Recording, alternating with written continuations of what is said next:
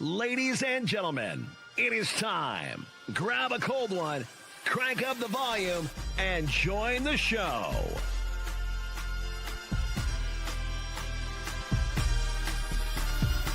Welcome to NBNR Live.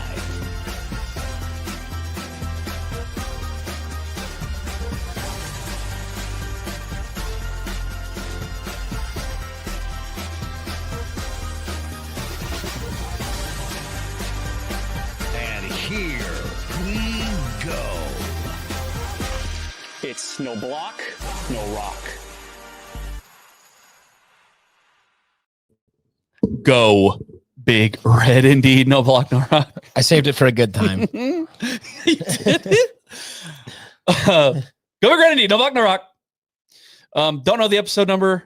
It's been a few weeks. 270, Mike says. 278. 278. 278. It's been a few weeks. We're at the Sinovation Studio in Omaha, Nebraska. Heavy Brewing. Let me get the logo right here.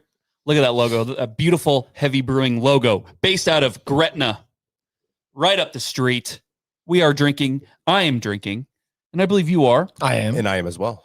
Oh, we all are. Yeah, we're all drinking the Scottish ale. Look at us, guys. The Scottish ale. That's some team effort. What was that accent? You like that? Though? I want to. I'll come back to that later. I take a sip of it, and the DNA, you know, it starts to like. There's no way you're. It starts to tingle a little bit. And Scottish ale. I see Irish in you, not Scottish. Oh, look, it's like kind of the same thing. Can you play the bagpipes? No, I can dance to them though. I don't. You want me to demonstrate? I don't want to see that. I don't think anybody wants to see that. Heavy Brewing. Now, you guys wanted to get more into their menu because their food is spectacular, right? Mike goes there every week. So you're getting into their menu. And I think while we're doing this Heavy Brewing segment, I just want to tell you guys a little bit about something that might be upcoming. We are going to be doing something for Nebrasketball at Heavy Brewing. We don't have dates or times yet because we don't know when the games are, but we are going to be doing some sort of live show, live event at Heavy Brewing. And we discussed it today with the owners of Heavy Brewing. Of our listeners, guests, family, friends, if you guys come in to watch us and watch the game with us, you're going to get a wristband. And a wristband will give you happy hour pricing for the entire time you are at Heavy Brewing. That's legit. Not just like if you're there for the game. It's not just during the game. No, like just like the entire time that we are there. If you come in and say, you know, we're going to give you a code word, I'm sure it's going to be MBNR. But yeah, you go up we're to the very bar. Original. Yeah, you go up to the bar and you tell them you're with MBNR for that event. And I don't know which day it is yet or time. We will release that at a later time. They are going to give you happy hour pricing on all the drinks. So you can enjoy yourself at a discount just and get some world-class beer while you're at it. So I wanted to let everybody know about that because that is literally new news as of today. Well, nice. And so you talk about getting discounted beer, but like literally as the intro was rolling, we were looking at Heavy's Untapped menu, like the beers that they have on tap right now. First of all, they got a ton of stuff on there. Oh, yeah. But I would be remiss, and I do this every single week, get a pizza from Heavy Brewing. Yes. I cannot talk about their pizza enough. It's so good. Mm-hmm. And I know Audra does so much. Audra is an amazing person, does so much to put new pizzas out all the time. And I don't even know that I would call it like it's an art. I don't know what else to call it other than art because they roll out new stuff constantly and it's always a banger. I still remember our last live show there. We had the enchilada pizza. That was good. Dude. Yeah. Out of this world. Yes. And so if you have not been to Heavy Brewing, go check it out. It's in Gretna, Nebraska. Excellent food, excellent hospitality, and of course, world-class beer.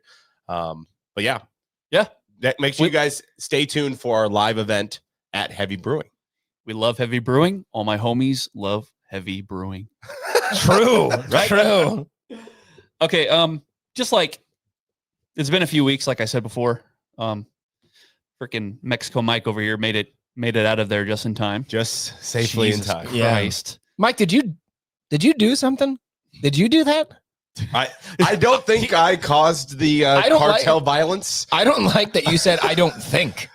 That feels like something you should know. I was just in Puerto Vallarta, and it's funny. I missed the cartel stuff by 2 days, and we actually met a couple there and they're stuck Oh, at yeah. the resort. I know, twist your arm, you're stuck at an all-inclusive resort. I don't think And that's why you want to be stuck there, Yeah, though. probably a bad reason. But Yeah, like out of all the places worst. I'm going to be stuck in a country, at least I'm going to do it at the best resort I've ever been to in my life. It was pretty awesome. But, But yeah, I still don't think I'd be I enjoying am glad I am not stuck in Mexico. it. Like, yeah, honey, there's bombs going off outside, but at least the pool is nice. Yeah, it's really cool. That doesn't seem like a winning argument. Well, it's like he goes to Mexico, what, 4 times a year? At least. Like 2 times. I would say 10 to 15. And like, 2 times. Old Mikey Mexico. I'm just one of those people that's, I've seen a lot of stuff on the internet, like too much stuff. And like, I'm thinking to myself, the cartel could do whatever they want. 100%. They can go into the resort Okay. and just do whatever they want. It's not If like they want anybody's it. stopping them. Sure. We're taking a weird term for this podcast. I know, but still. I will say that like Mexican resort is high on the list for next vacation. So I don't fault Mike for going there 16 to 35 times a year. You know, Hey, I'm sure you could get those at a pretty high discount right now. Yeah, So like you better jump. yep. Better book your trip to Mexico coming soon. Jeez. Yeah, El Mancho. What was that his name? El Mancho? Yeah. El Mancho. Yeah. He said to Mike, you better not leave or else this place is going to be set on fire and people are going to, oh my God. Anyway. Speaking of booking trips, it's late February and we all know what happens in March.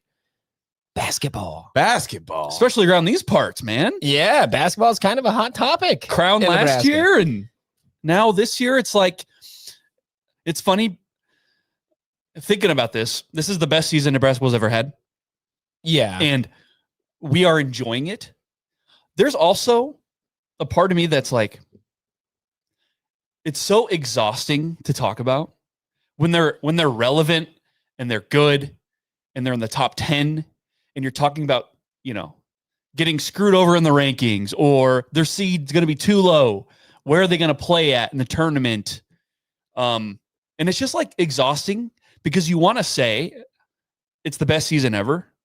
But then like when you're invested in it, Yeah. it's a grind and it makes me what word did I use? Yes. It's like oh my God, I can't think of the word. I mean, it's a bit of a blessing and a curse. It's a blessing and a curse. Yeah. I'm burnt out. Yeah. You I'm literally burnt out. said you were burnt out. You're like, I'm so tired of winning. Remember that thing you did with the Trump thing? Yeah. You're going to get so tired of winning. I know. You were so tired of winning. But then Nebraska goes on this skid. They've lost like 4 of their last 7. And of course we lose to Iowa. Of course we do. Well, and that's part of the exhausting part is because they did so awesome and then they lose a few to good teams. And then you have to hear about, they're frauds or like, yes, they were amazing to start, but now they're starting to revert. They're starting to, regress. And so that's also exhausting. But yeah. So I live, and you guys know this, I live in 2 separate worlds when it comes to college basketball. Oh boy. Oh God, here we go. But I'm not going to even talk about that team. But I want to talk to the Husker fans that have the same argument that you have, that it's exhausting looking at all of the opportunities. You don't know what's going on. You don't know how things are going, and you're just tired of the endless changing. And I want to take a broom and beat you with it. Listen, I'm just and not just say, enjoy it. No, I know. Just enjoy it. That's what I'm saying, though. The joy of college basketball is it never has been and never will be insecurity. That's the point of the sport. That's why we have a 64 team bracket. I don't want the best team in the history of the sport to ever feel safe. That's the fun part. No, I know that's part of the burden of being a winner and like being relevant is all the other things that come with that. Yeah. The rankings and like they're ranked 12th now. Yeah, they're ranked 12th. Darn.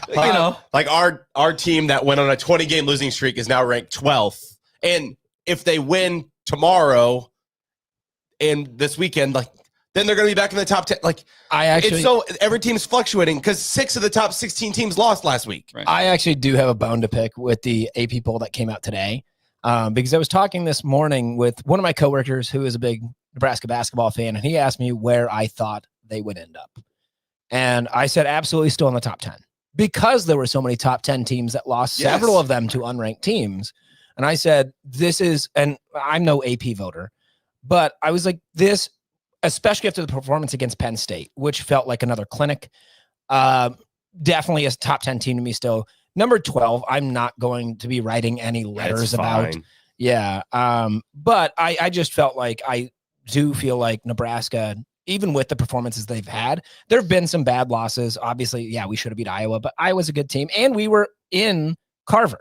Yeah, like, we were on there. The road. I just don't. Yeah. They pick and choose. They always have, even with this AB poll. They pick and choose these.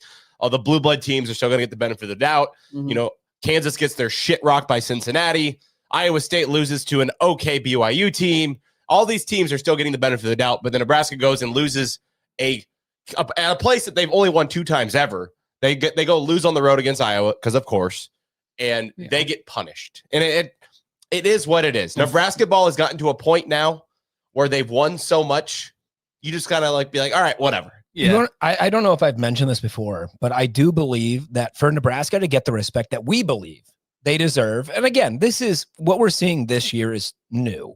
This is not something we've ever seen before. The closest was what, 2-3 years ago when we went down to Memphis? Yeah, 2 years ago. 2 years ago. That's the closest we've seen to something like this. I think for Nebraska to start getting that benefit of the doubt, you're going to have to do exactly what we're seeing this season at least another 2 to 3 times. Well, they'd have won 20 games 3 years in a row. Like, yeah, but the first time they've done that in a long time, or maybe ever. But when you look at the teams that they've beaten and you look at the way they've done it, I think that this season, I don't want to. The SEC uses a phrase. It just means more. Like this season really does mean more. And again, we've talked a million times about mental strength with our basketball team, and this team hasn't given up. I really don't feel like there's been any game where they've just said they've rolled over, right? No, I don't think that's been there. And I think they have, like, even the Illinois game, right? When we lost by 11. No, that was Purdue. We lost by 11. Yeah, but the Illinois game, we almost came back multiple times. Or am I mixing that up with Purdue? Well, Illinois was like, or both, pretty much in control of that game. Their offense played, their like freshman Wagler was unbelievable that day. But Purdue was the big comeback, the huge storm back. Yeah, and we forced overtime and we lost twice. Yeah, we came back from double digits twice in the Purdue game, so I did have it mixed up. Obviously, sure, you still lose that game, but there isn't an ounce of quit in this team. No. And so I think that the team deserves more credit, especially in the AP, because of that. But I don't think that's an official metric. It's funny because we're sitting here going, don't be too, don't take it for granted the season that they're having, right? Then the loss to Iowa happens. And I'm legitimately mad because I'm just sick of most of our sports seeing the Tiger Hawk logo and their sphincters get tight, because I think it's a psychological thing against Iowa. At this point, they see that black and gold, and it's just I don't know what it is. You're not wrong. Like they're I think for the first time this season, you could legitimately say that Hoiberg was outcoached, and it's against Iowa, because of course it is. It's just one of those annoying things. Okay, I'm not sitting here going, we suck, or that we're going to lose to Iowa at home. Please, God, no. Please just beat Iowa. That's what I'm saying. Please. That's what I'm saying. Because God damn it, that Tiger Hawk logo, I'm sick of. It's on Bert Bielema. It's on his calf. Maybe that's what it is. It's on his calf, and it's frightening to look at. So we see it and we go, wait, so do we need to have one of the Husker coaches put an N on their calf? Is that what we need? No, because nobody's scared of the N. Nobody is scared of the N, even in basketball. Like Iowa, they own us. Well, and everything. So and everything. You can't even talk shit anymore because we lose. You lose. And we spend way more money than them, and we care about our sports so much more than they do. I don't care what they fucking say. Yeah. Oh, yeah. And you had a lot of Iowa fans in our Menchies. Yes. It was fun. We talked about this, I believe, during the football season, about how, Nebraska and Iowa fans treat the rivalry. Iowa fans don't necessarily consider it one. Nebraska fans, at least in my opinion, majority of them do. I think it means more to Iowa athletes than it does Nebraska athletes. I think they see that big N on their schedule, and that's what they want, because they want another year of saying, we own you, your little brother. And I don't like this year with Nebraska basketball. I think we definitely have bigger aspirations than beating Iowa.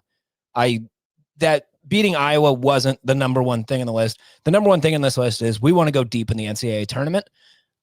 I'm not saying we looked past Iowa. I'm saying Iowa cared about that one specific game than we did. You're not wrong. They stormed the court. That's fun. They stormed the court. That's fun. Because, Hey. of course, Well, yeah. Here's the thing.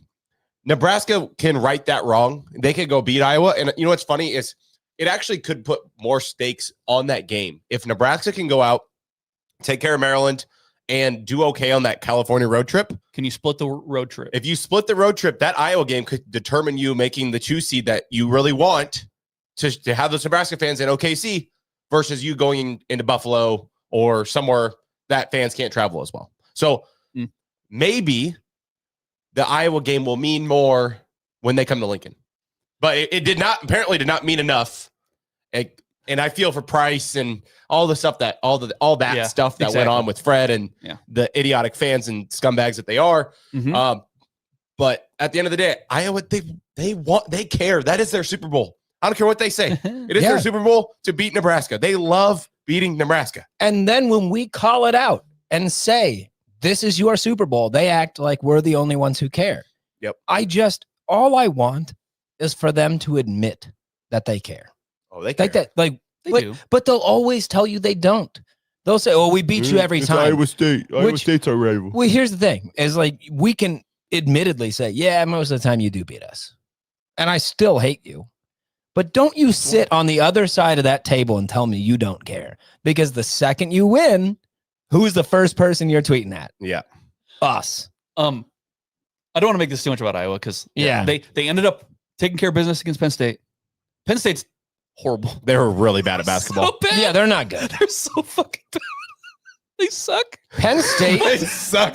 Penn State went from like a pinnacle program, just kind of around the board, to like they're a wrestling school. They And suck. I will give credit to their volleyball team as well. Penn State volleyball also fantastic, but volleyball and wrestling, that's what they've got now. You suck. God, they're like Nebraska 5 years ago.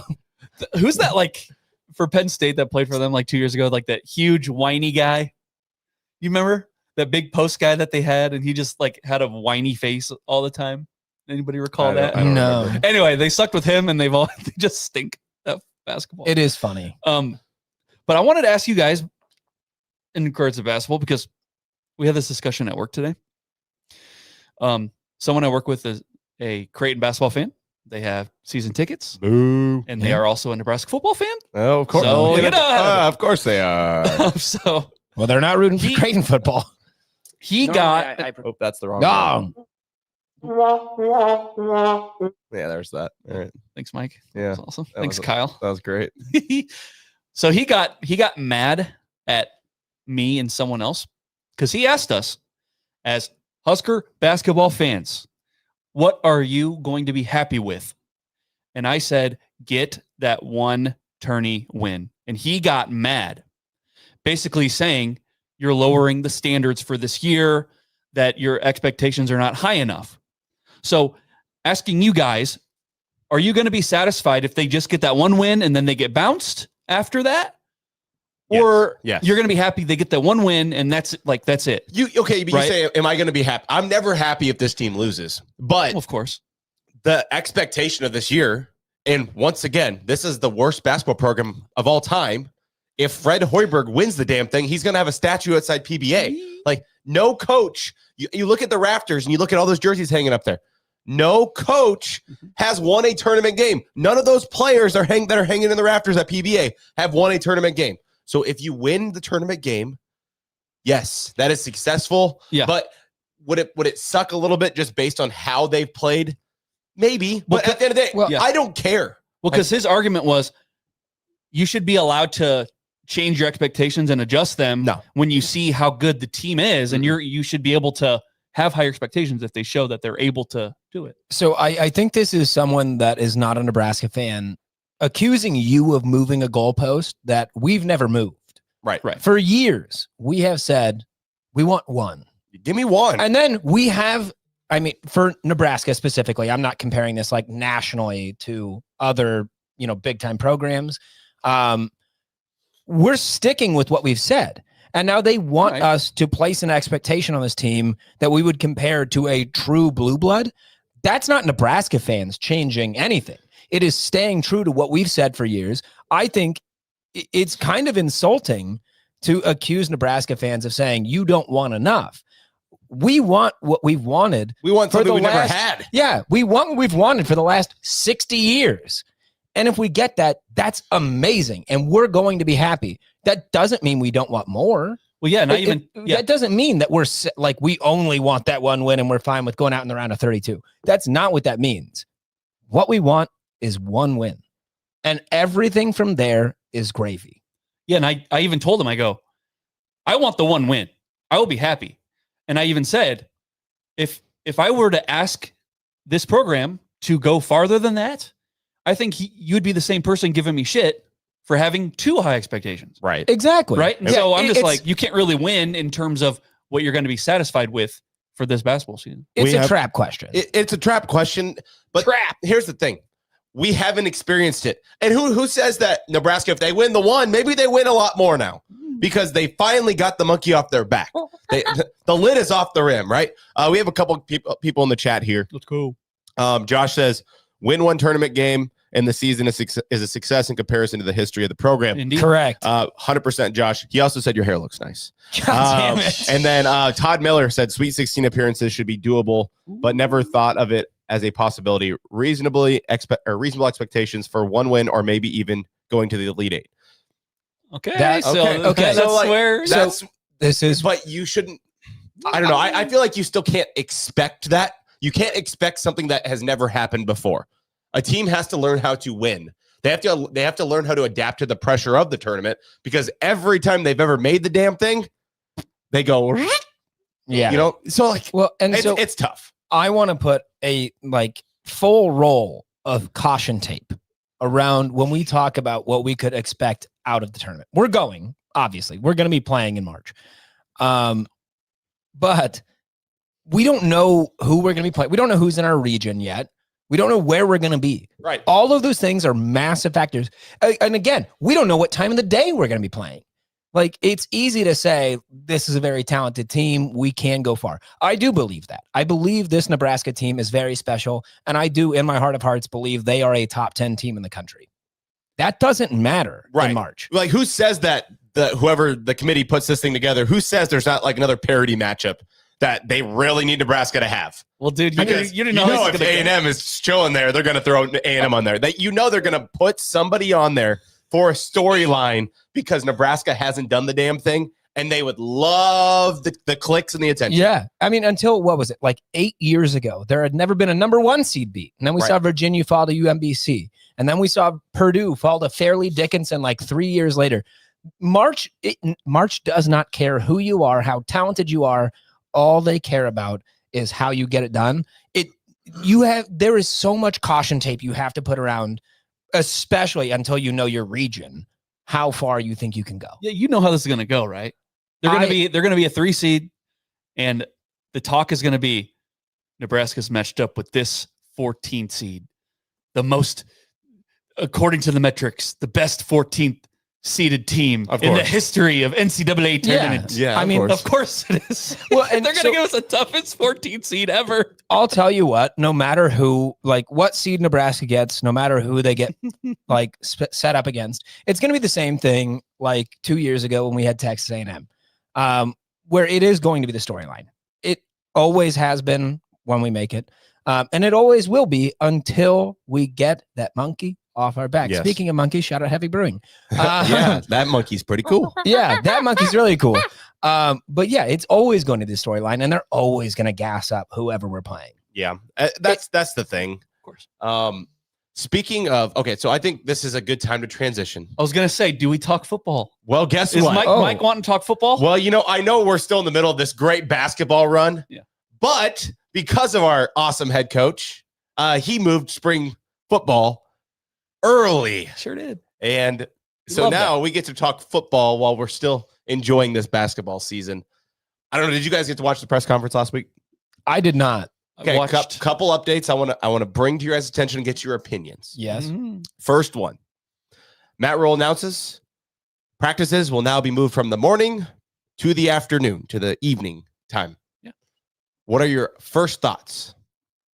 First thought is why? There has to be a reason behind it. If it was done just because Recovery. I think it's more sleep recovery.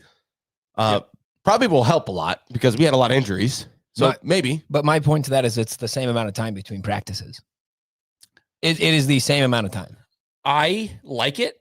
A few reasons.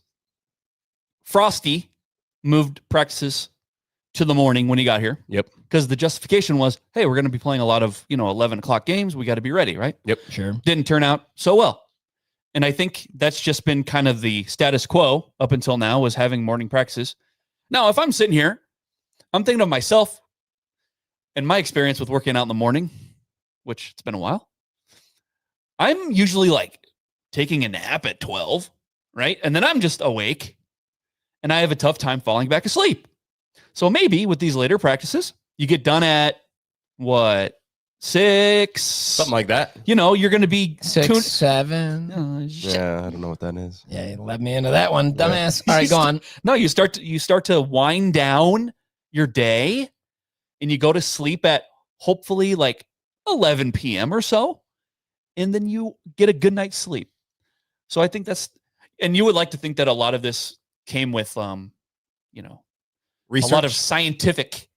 Right? Yeah. They put the little sensors on you and they track your ever loving movement. Yeah. Like Big Brother, right? So I would like to think that there is a scientific reason behind this. My thing is I could not care less about whether it's in the morning or in the afternoon. If it's better for the team and it's better for, what they think is going to work, like, sure, do it. And I'm not going to fight this. And I'm going to choose, because I told you guys yesterday, I'm just tired of being a saucy little bitch. That's so not true. You're going to be saucy an hour after we get off the show. That's I'm going to get a text from him at like 10 p.m. tonight with some saucy shit. I know. I'm going to choose to believe that this is a good thing. If the team feels like it's the best option and the coaching staff is on board, it will lead to at least one more win. How about that? I wouldn't say that. Maybe. How about that? Well, Matt Rhule did say that there was research done that, people are going to go to bed the same time no matter what. If you practice in the morning and you go to bed at 8 o'clock, 11 o'clock, you're always going to go to bed at 11 o'clock. It does not matter. So they're thinking hopefully more time, more sleep time for recovery. And I think another thing was, when the evening practice stuff, when these guys had to have jobs outside of football to cover their meals and everything else, because, they weren't making tons of money. Well, now they are. Like, this is their job. So I think it will benefit them. And I did ask Sam Hunt, I was like, how was it when you played for Bo Pelini? And he said, we had evening practices. And he said, finally, they brought it back because he said he preferred that. So, well, and I can see also the ability to, be able to, like, morning practice tires you out and then you got to go through the day. This gives them a chance to focus on class throughout the day, because I know eras have changed. And we talk about, in my opinion, student athlete has changed to athlete student, but this does give them a better opportunity to also focus on academics. You guys remember those old NCAA commercials? They didn't come there to play school. Under school. No, not all of them, but there are a lot of them that are there to get degrees. SKEWL. Cardell Jones is long gone. His days of playing school are much, much over. Far over, whatever. Yeah. But no, I can see that aspect of it, like letting them use their day for, focusing on schoolwork, doing whatever. Well, and maybe it leads to just less hijinks at the end of the night. The freaks come out at night. Yeah. Maybe if players are too tired from practice, they won't be engaging in degen behavior. Not that they are.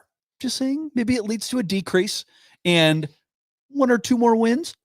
God, wow, stop saying that. Stop saying that. He started at 1 and now he's at 1 to 2. Okay. Well, 30 minutes from now, he's going to be talking about 5. Here's another storyline. Maybe we beat Indiana. And maybe we embarrass Sig. We bend Sig over because we have evening practices now. That's crazy.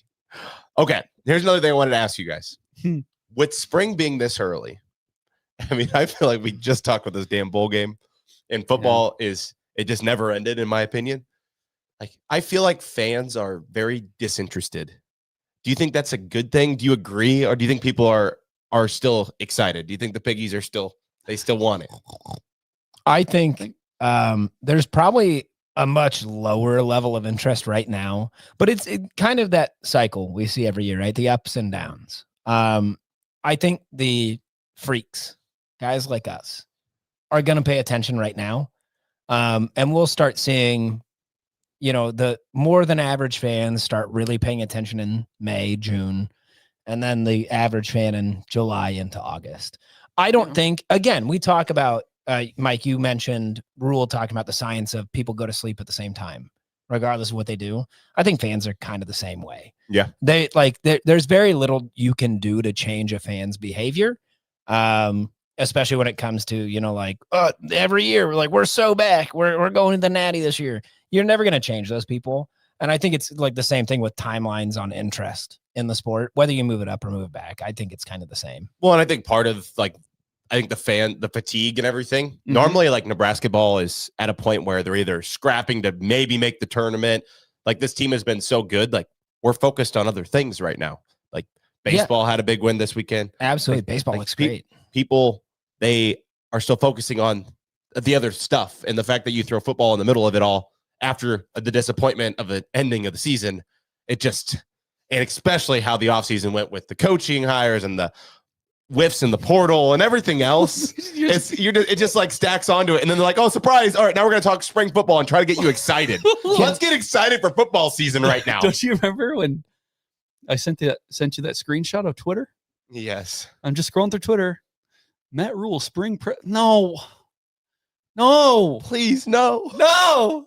When I watched it, of course, because we're in the top 1%. Yeah. We are in the top 1% of fans. Freaks. And again, that comes with, like I said, some fatigue. And I'm not saying I ever want to quit the pod because, like I said, we're in the top 1% of fans. So you stay engaged, we stay informed, we stay emotionally invested no matter what time of year it is, right? But yeah, I see that come across the timeline, and I'm like, damn it, Matt! No! Do you? And then Mike Eckler's out there saying shit too. No! Do you think this is? Well, I'm sure we'll talk about that, but do you think this is a way? And this is Conspiracy Connor. I haven't got to bring him out in a while. Hey, listen, there's no such thing as conspiracies anymore. Yeah. Everything is true, especially with Matt Rhule. Just the whole world. Everything is true. Everything you've heard, it's all true. I mean, you want to get everything. You want to get real deep into Conspiracy Connor? In the, I believe, 1980s, Ted Turner rolls out the first 24-hour news network, and people became desensitized to the news. Indeed, whether good or bad. If you keep the Husker news cycle rolling 24/7, people are going to get desensitized to the good and the bad. And you stop hearing those people bitch on Twitter every day. And obviously the big one that frankly I'm still bitching about is losing Mike Eckler. But I digress. But is this a way, especially with Husker baseball rolling and Nebraska basketball really rolling, to just be able to kind of, if things aren't going so well right now, maybe, you're paying attention to something else. Yeah. Look over there. It's like a little misdirection. They call it flooding the zone. Yeah. Where you kind of just throw a whole bunch of shit at the wall. So people are looking over there. What do you got all this going on over here? Yeah. Right. You got the Ja'Cory Barney and Calandria video where they're dapping it up and, looking cool. Looking like 2 or 3 more wins is going to happen. We're going to be. And I see a picture of, I see someone post our true freshman running back who probably won't see the field this year because he's a true freshman running back. And they say he's been working out hard this summer. Yeah, no shit. God, I hope so. Gee, I'm saying, I think here I go. I'm being a saucy bitch. People are going to talk about Matt Rhule and they're going to say, this is the most transparent administration in history, but maybe he's hiding some things under other headlines. And speaking of other headlines, here's a really good one. Oh, Mike Eckler had his first press conference with USC. Oh, yeah, I saw this. And he talked a little bit about his time in Nebraska. And why would you leave Nebraska, right? And he said, well, I really hope that this coach is more engaged and attends meetings because my last one never did. No, he said his current coach is attending meetings. Well, he was asked about Lincoln Riley, and the question was, in the past, Lincoln Riley has been pretty hands-on with special teams. Mm-hmm. How is that dynamic going to work assuming Lincoln Riley will be hands-on with you in the special teams room. And that's where the Mike Eckler answer came in. So I'll let you guys pontificate. Again, you can be the most transparent administration in history, but if you're not hands-on, it's not going to matter. Right. Like, you need to be hands-on. And if you're not in those meetings, you're not actively taking place, especially like when we look at the transformation that happened with special teams from the year prior to Mike Eckler, absurd. And I do understand, maybe Matt Rhule looked at it and he's like, shit, I don't need to be in that room. But like, it does, right. I feel like it does mean a lot to those guys, especially when Eckler very clearly wanted more responsibility, to be in there and see what he does and say, you know what, you're doing great leading here, and I'm going to help kind of push you in other areas. I don't understand, if that's true, why Rhule is not. We talk about the CEO Rhule. Well, we know it's true. Yeah, because our very mature. We can't see, obviously, because he has his block, but our very mature head coach retweeted something and then quickly unretweeted it. Right. Saying, like, well, I think not attending the meetings just shows how much, responsibility that you think that person has, and like that you trust them. Right. Yes. Well, yeah, but listen, you guys all know that I am probably the Rhule skeptic of the pod, like the most skeptic. And I'm sitting here going, Mike Eckler, dude, you're being a saucy bitch. Like, I'm not saying I'm taking Rhule's side on this, but dude, we were sitting here going, you hire Mike Eckler, and if Matt Rhule tries to go into the special teams room, that Mike Eckler is going to yell at Matt Rhule to get out. I got this. Go worry about something else. Shoo. So when I hear Mike Eckler say, the last place I was at, the head coach wasn't in the meetings, I'm sitting here going, I didn't want him in the meetings anyway. So I guess I'm more on the Rhule side of this. I'm on the other side of it. I'm trying to be consistent, because I even said you hire Eckler to do that, right? But not a single meeting. He doesn't come to any meetings. Well, okay, now that's the thing is, do we just trust what Eckler says, full stop? Because listen, man, I don't think Eckler comes out of this looking all that strong right now. I think he kind of comes off as kind of an egotistical kind of dickhead doing this. I think, to me, this raises so many more questions about the culture that's inside that locker room, or more specifically inside the coaching staff, because we, for years now, have talked about Matt Rhule as a CEO, and he should be a CEO. Stay out of their business. And for a while, it felt like maybe he wasn't doing that. We'd talk about, the OCs, DCs, everything like that. And it felt like maybe he was a little bit too deep inside those things. And then he brings in a guy like Eckler, who, to say top tier is an understatement. And now Eckler, top tier guy, is saying, I'm not getting what I need from Rhule. Does Rhule know what he's supposed to, like, does he know what culture he's putting forth? Or is it kind of just an individualized thing? Is he guessing? It worries me a little bit that it doesn't seem to be uniform across the coaching staff. I just think it goes into just Matt Rhule's ego, though. Like, I think it all falls into why Mike Eckler's not here anymore. I think Mike Eckler is a better coach than Matt Rhule. We said that, yeah. And I think he is insulted by it, and that's why I think he's jealous of Mike Eckler and how fast he turned around that special teams unit, because he couldn't figure it out. He was attending all the meetings when Ed Foley was there, and they sucked ass. He attended all the meetings for the defensive line to try to fix that, and they sucked ass. So I just feel like Matt Rhule is very jealous and envious of a coach like Mike Eckler, because he was able to flip the switch so fast. And I'm with you, Jared, where I don't want him to touch anything, because he cannot figure out the X's and O's. He doesn't know how to fix things. But on the flip side, like, I'm also worried that the importance of special teams, that third phase, and how bad it was, and the fact that you talk about how important this is, and yeah, you went and hired the best special teams coach in the country, so you shouldn't really have to worry about it. Right. But if it's important to you, you should probably attend some of the meetings. That's just my opinion. How important is it to you?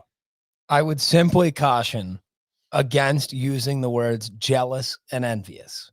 I don't know that that's the case. I think this is me from an incredible outsider's perspective saying Matt Rhule saw success and he stopped caring because it was no longer a concern of his. And that should not have been the case. He should still have been just as involved as he was before. And I think that is a big reason why you lose a guy like Eckler, is because you saw success and you stopped caring. So you talk about Rhule's ego. Yes. And again, here I am. Like, I guess I'm defending Rhule here. You are. That's your boy. You're going to tell me Eckler doesn't have a big head too? That dude's he does. That dude's And egotistical as fuck. Here's the thing. Don't you get that impression though? But Eckler earned it. Eckler earned his big head. Dude, Yeah, and do we believe that Matt Rhule has earned a big head? No. No. Listen, you're asking me, and again, here I am. Like, I'm the guy who's like, you hire Eckler, and you know what? You ask how important special teams is to Matt Rhule. Like, I don't think he wakes up in the morning going, special teams, I got it. Well, yeah, and I think that showed in the first couple of years how poorly special teams was. And so you hire a guy who deeply cares about special teams, so he takes care of that, right? Right. I can't make Matt Rhule or force him to care about special teams as much as I would like him to. But if you can hire someone that cares deeply about it and you hire him to do the job, by all means. I think that the way that Matt Rhule handled special teams in the offseason after Eckler walked tells you how much he cares about special teams. Because he literally just hired two guys who have never coached special teams. Right. They've never been a special teams coordinator. Right. And you just hired Brett Maher, who has never been a special teams coordinator. He's barely out of the NFL. Right. And then you hired another guy. And Maher is going to be training the co-special teams coordinator to eventually become the special teams coordinator. And you've got two guys. It's like the blind leading the blind. Now, will they work out? Maybe, because maybe Eckler built a blueprint and things will be fine. But to me, just like the defensive coordinator hire, it's a very risky thing to do. If you really care about special teams, it's a very risky thing to do in year 4, especially with that schedule you have coming up. You know what really concerns me is the people that are like, and I'm not saying they're bad hires. We don't know yet. But people are like, well, they have special teams experience. Sure. But playing and coaching are insanely different. If you've only ever played it, the only thing you know is what you've been taught. Dude, if anything, if you're an amazing player, you probably suck as a coach. If you're in Dominican Sue, what are you going up to a D lineman going, just do what I did, dude? Yeah. It's like, well I'm not you, Sue.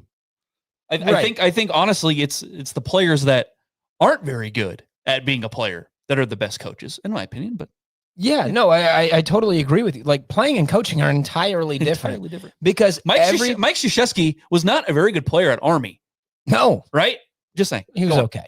But he played for Army. Yeah. But the beauty of coaching is not knowing how to play the game.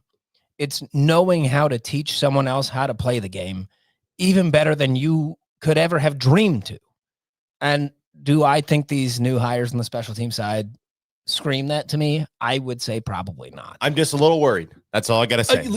Especially looking at the first couple years and how bad special teams was and how I don't think he gave a flying fuck about special teams. And then this is the hire you go make after you lose the best one in the country. So I'm going to ask the real question. I think all of us in this room would agree this is a downgrade from Eckler. I would, yes. It's a clear downgrade. My question to you is, and this is, you don't need to give me yes or no, but is there uncertainty of whether this is going to be better or worse than Foley? You would. Hey, and Ed Foley had lots of experience. He had done it for a long time. But are you uncertain on whether this is going to be better or worse? Okay, I will say that this should still be better than Ed Foley. Because Nick Humphrey had worked with Eck at previous stops. He was at Tennessee with Eck. So he's bringing the system and he's been Eck's right-hand guy. So if I want to sell myself on it, that is why. But Matt Rhule also did say that Josh Martin or whatever his name is was going to be the guy, and then he bounced for a high school head coaching job. So that's awesome. And that's concerning. It's very head scratching the entire offseason. And like the importance of special teams. And then he brings it up and he talks about how Brett's going to do this. He's a Nebraska guy. He really cares. And I hope he does. I hope Brett is the best damn special teams coordinator ever. But then why is Brett the head guy and he's grooming the other guy? Does Brett not want to be here long term? He's a Husker, right? But he doesn't want to be the coach long term. It's just all confusing to me. Listen, man, you go up to the podium and you got to say stuff. And sometimes you just say weird things. You say Brett Maher isn't here to make a name for himself. He's here to perhaps bring up the next guy because he deeply cares about Nebraska. And so you insinuate that Mike Eckler wanted to make a name for himself. And it's just, I don't know. That's why I'm sick of these press conferences, right? And Holgorsen, the whole vibes have just been like, they're all over the place. They're off though, because they know that the pressure's on. Something happened. Well, you've had a shit ton of coaching changes. Yeah. You got blown out by teams that mattered, I guess we could say. Iowa kicked your ass again. Utah kicked your ass. Penn State kicked your ass, and they weren't even good. Yeah. It's like, I'm sure, talking, you beat Akron and Houston Christian last year, bro. That's so cool. No, those games were great. They feel the pressure, man. They feel the pressure. Mike, what do we got in the chat there? We just had a couple comments in here. Your mom said that was a good question. Your dad really wanted us to get into women's. He really wanted us to get into women's rifling, but we're not going to do that. Women's rifle. I'm going to be honest. I couldn't give you any stat on. I know they're great. They're pretty good. Joseph, our wrestling native in the chat, he said a lifer special teams coach compared to a former NFL coach and who was a head coach or who has head coach experience at 2 Power 4 schools. What's Eckler's resume? So he was kind of defending the Mike Eckler. He's defending Rhule. Yeah, defending Rhule. And he did offer him an extension. So like that there is that part of it. Mike Eckler chose to go somewhere else because, I mean, I'm sorry, Nick came on our show and talked a little bit about that. Eckler has put a lot of guys, a lot of linebackers in the NFL. Yes. And Matt Rhule is still riding with his guys of Dvorak and some of the other guys. And I'm sure Eckler looked in the room and was like, I'm better than these guys. I could be more of an asset to the defensive side of the ball because I'm a better coach than some of these guys. Well, and I'm sure Matt Rhule didn't like that. Well, and I don't think Rhule even offered him any role in those linebackers. No, that's part of the reason. Now he's an assistant head coach, linebacker coach, and special teams coordinator at USC. So I'm going to double down. I know we talked about this a couple, 3-4 weeks ago. I don't know what it is. I do stand by the Eckler is a better coach than Matt Rhule. Sure, you can talk about Matt Rhule's success at Temple, at Baylor. I wouldn't necessarily, I know he mentioned the NFL resume on there. I wouldn't really talk about that if I was talking about how Matt Rhule's a great coach.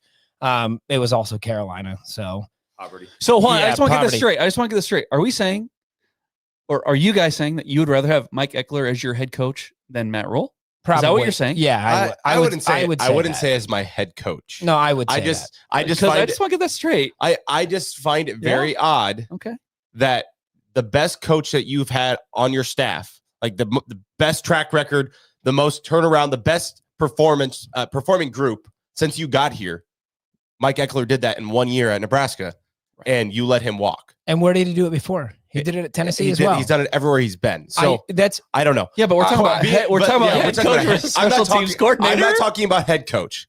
Okay. I just think maybe Mike Eckler's a better X's and O's guy than maybe Matt Rhule is. Well, so Matt Rhule's as a CEO. Sure. I'm going to double down on this. Where I would take Eckler as my head coach over Rhule. I think over the years, Rhule has kind of been floundering, trying to find an identity. Yes. And I know we talked about the backwards hat thing. I found that to be pretty minimal, but I don't think he knows who he is right now. And that's really concerning as a head coach. I think Eckler, we talk about, he does have an ego, and I believe he's earned it. But I think Mike Eckler knows who he is, and I think he knows how to run a team. He has a very well-rounded background. He has proven success at multiple stops, multiple Power 4 stops. But he's never been a head coach. He has never been a head coach. Why do I feel like I'm taking crazy pills today? You are taking crazy pills. Because I'm anti-Rule, and yet I would still have him as the head coach over Mike Eckler. I don't know. Am I crazy for saying? It feels like I do not think Mike Eckler is a better head coach than Matt Rhule. Because people are going to think you're saying that. No, you say he's the better coach. I just think that Mike Eckler, he has this resume of coaching really good special teams, and he's been a very good coach on the defensive side of the ball. Yeah. And I think that Matt Rhule got a little insulted and got nervous about all of that.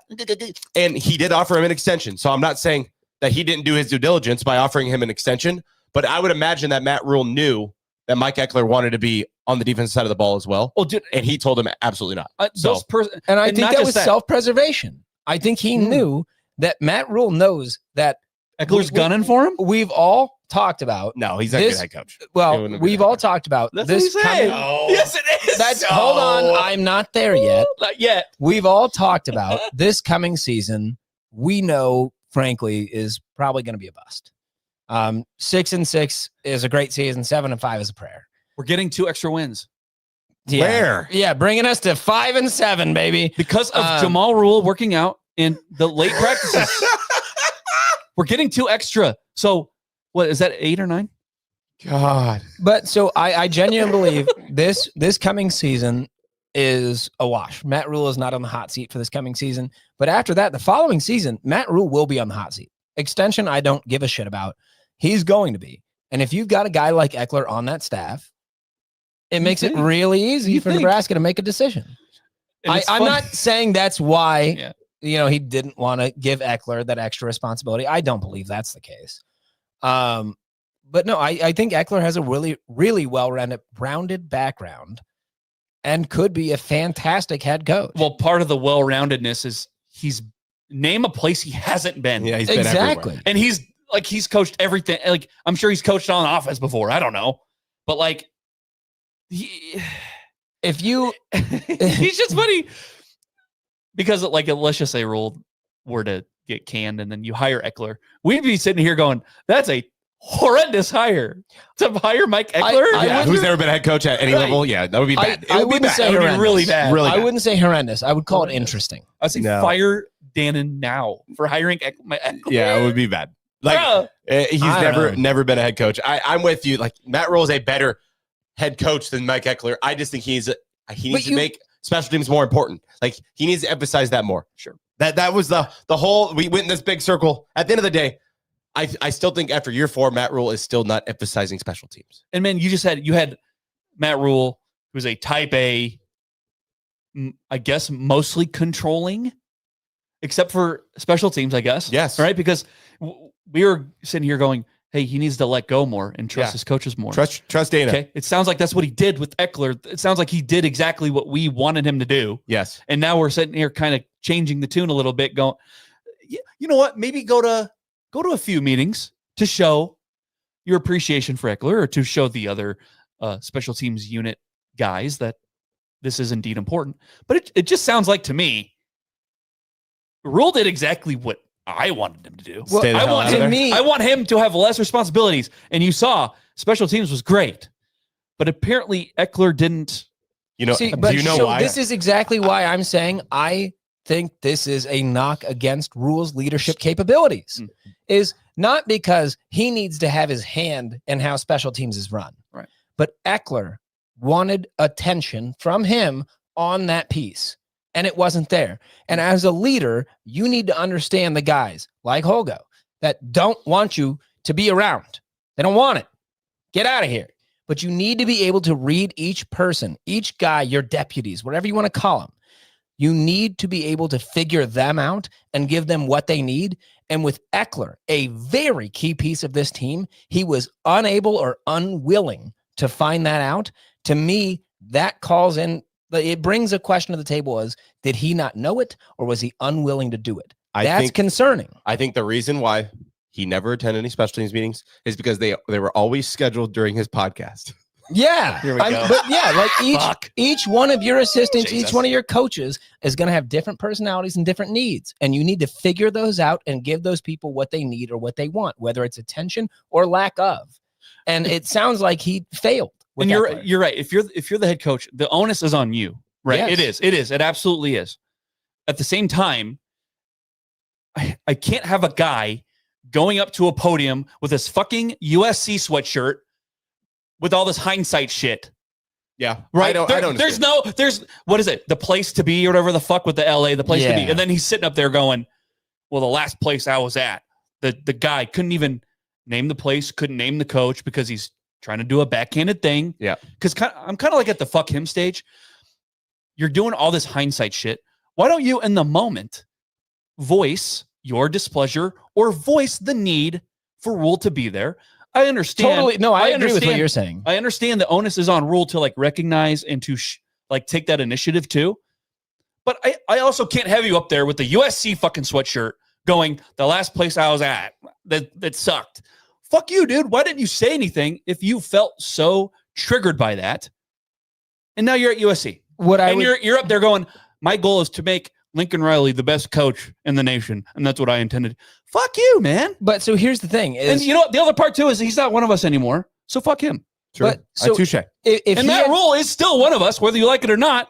He's still on my side, I guess, even though he has us blocked.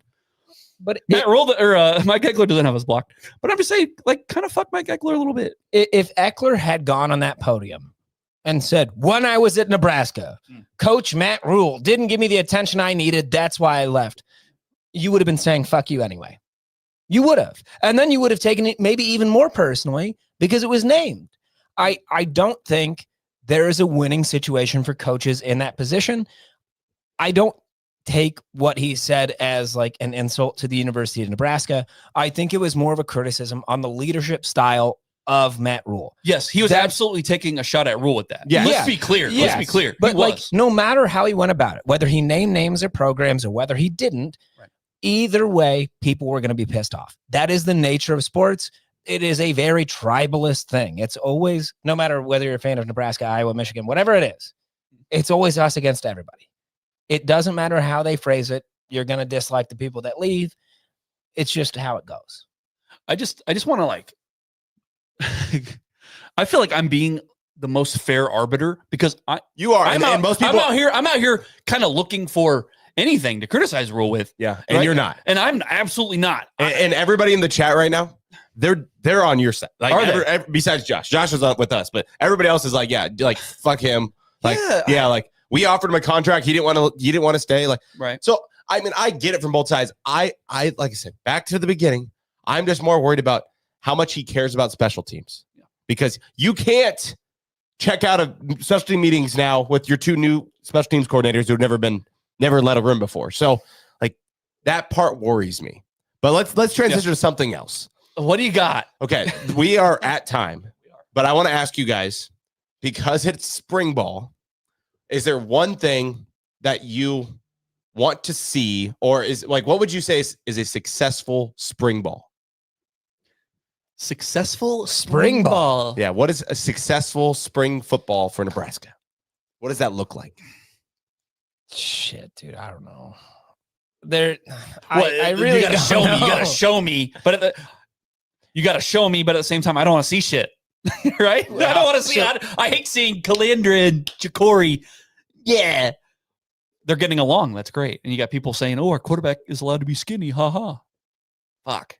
You know, what is a successful spring ball? So this to me is a really vague statement. Have you guys ever heard how the Supreme Court defined pornography? You know it like the 60s. when you see it. You know it when you see it.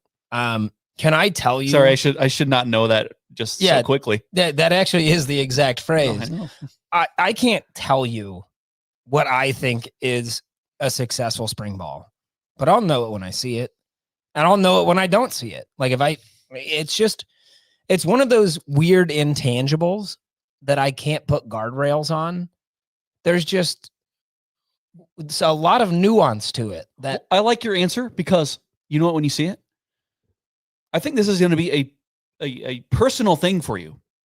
It depends on what kind of football you want to see, right?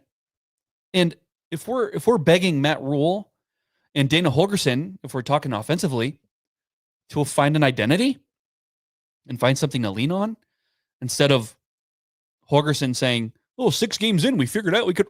Jesus Christ. The type of ball I want to see is a run-oriented offense. So if you can show me that's the kind of the direction you're going to go in, I guess I will be encouraged. If all I see are passing highlights, what's his name, Quasi Gilmer or whatever, he goes up to make a catch and it's a one-handed and he doesn't have a glove on, right? And awesome, don't care, because he's not going to do that in a game. He's not. So if you can show me like you're making your way towards an identity where you want to run the football, that's what I want to see personally. That's a me thing. A lot of people want to see the high flying. Yes. They want to see Calandria fucking fuck it, Quasi's down there somewhere. Do we have a deep threat like that on this team? Doubt it. Are you doing that to Isaiah? Are you going, woo, go? Probably not. But people are going to want to see that. Well, yeah, because people we want want the flashy shit. Yeah. They want the clicks. Yeah. I mean, you would think that this quarterback could throw a better deep ball than Dylan. But my thing I would say is get out of spring ball healthy. Like I feel like every that's a good spring start. game we lose somebody for the year. Or a couple. Let's just get healthy, stay healthy. Like the guys that aren't supposed to play in the spring, stay healthy. Don't get hurt. And guys that are supposed to be starters this year, don't get hurt. Well, and it's just stay healthy. That's stay a healthy. great start. Well, okay. Again, the main weakness of this team last year was the Defense. O-line. Defensive line. defensive line. Yeah. You would agree? Yeah. We would all say D-line. That would be the first thing. Definitely no injuries there. Holy shit. Yeah. That would be 'Cause really bad. Yowza. So, like, if we're just talking about things that we want to see out of this team that are better, like the D-line needs to be the thing. Right? Yeah. I don't care about the secondary, dude. I don't care. I'm sorry. I don't care. You like in your opinion, they're gonna be fine. I'm not saying they'll be fine. You just don't care. Like just the don't D-line care. matters. That's how much. The D-line, if the D-line is good, they will make the linebackers better. If the D-line is good, they make the secondary better. Yes. Everything starts there. I agree. So what do we need to see from the D-line that would make me encouraged? No No really nothing in injuries. the spring. Just no injuries, Right. I guess. Yeah. Like, is Owen Stoudemire from Boston College in his 7th year, is he going to show me something where he just leaps off the screen Probably not. and I'm like, whoa, Probably not. probably not. Or Williams Winery. I feel like he can get better. Yeah, more likely. And he in the probably area, will. Yeah. Like, if we're talking about like potential draft picks, maybe Winery. Here I am drinking the Kool-Aid, I guess. Yeah. 2, 3 more wins. Maybe 4. Yeah. Maybe an undefeated season on Natty. I don't know. Jared, what do you I think? already said beat Indiana. Who else? We play Ohio State, right? Yeah. That's a dub. That's a dumb. Just saying. So yeah, run-oriented offense. I know Mike's over here going, boo. No. Yeah. You go ahead. Oh, he's getting the thing right. On offense, are we gonna prioritize the running game? Are we going to be afraid of calling design runs with Calandria? I mean, you brought him here. That's one of his main strengths. Instead of bringing in Latif and not running him at all. That was wild. You ran him once against UCLA. And it worked. Which was cool. Yeah, it worked. Right? And it was a threat. Yeah. Because they were worried about it. So yeah, offense, run-oriented, defense, get that line shored up. And stay no healthy. injuries. Stay healthy. Yeah. That's me. Okay. You know who can help you shore things up? Especially if you're a local business, that would be Sinovation Omaha. Sinovation Omaha is going to help you create high-impact indoor and outdoor signage that's going to make your brand impossible to miss. From turning your vehicle or truck into a rolling billboard to bold wall wraps that transform the inside of your business, they're going to help your space pop with their branding. And if you're moving locations or rebranding, they can help you light up the Omaha or Lincoln skyline with custom illuminated signage that puts your logo front and center. You can bring your brand to life tonight. Did you guys know they have a sick website? They do have a website. They do. It's omahasignsandwraps.com. You can contact these guys. If you're seeing the studio, you don't see the Sinovation wrap tonight because I have to sit next to Jared, and I'll tell you, he did not shower today. But they did all of these wraps around us. They are a fantastic company. They are local, and they do a fantastic job. Reach out to Omaha Sinovation. I did put on some deodorant, though. Good job. Put on a little bit more. I don't know. Speed stick. Yeah. Before we sign up, just want to remind the new people that are in the chat, we are going to be doing a live show / watch party for Nebrasketball coming up here in a couple weeks. So if you guys want to hang out with us, they're going to be doing happy hour deals. If you come to watch us and watch the game with us, they will give you a wristband. The wristband will give you happy hour pricing the entire time you're there. So you might as well come hang out with us, get some cheap, excellent beer, and of course the best pizza in Gretna, Nebraska. Dude, I think in the state of Nebraska. Maybe in the state of Nebraska. So, I mean, it's really good. So, yeah, date, time, all that stuff is TBD because we don't know when Nebraska's going to be playing it, but look forward to that. I'm looking forward to that. I'm looking forward to be seated just a little bit further away from Jared. Well, you're like really close. I know. God, I know. you're like in my lap. I've been thinking about it. I all like day. it. I like it. Anything else, guys? We good? I don't think so. I'm good. NBNRpodcast.com. We're on Spotify. We're on YouTube. We're on everything. Right? Yes, use the handle. Name a thing that we're not on. We're even on Threads, and nobody uses that. Yeah. I talked about that the other day. I was like, technically we are on Threads, We're but that on was Threads. relevant for like 6 days. Yeah. We're on Blue Sky. Are we really? We're not on Yeah, Blue I Sky, think so. are we? Yeah, I think Are Jared we made us actually? one. We claim the name. Yeah, Did we just so we have it. Did we ever do anything on that? No. No, not at all. Oh, Okay. I'm one of your hosts, Jared Hall. Connor Cavalack. Mike Delaware. As always, beat Maryland and GP.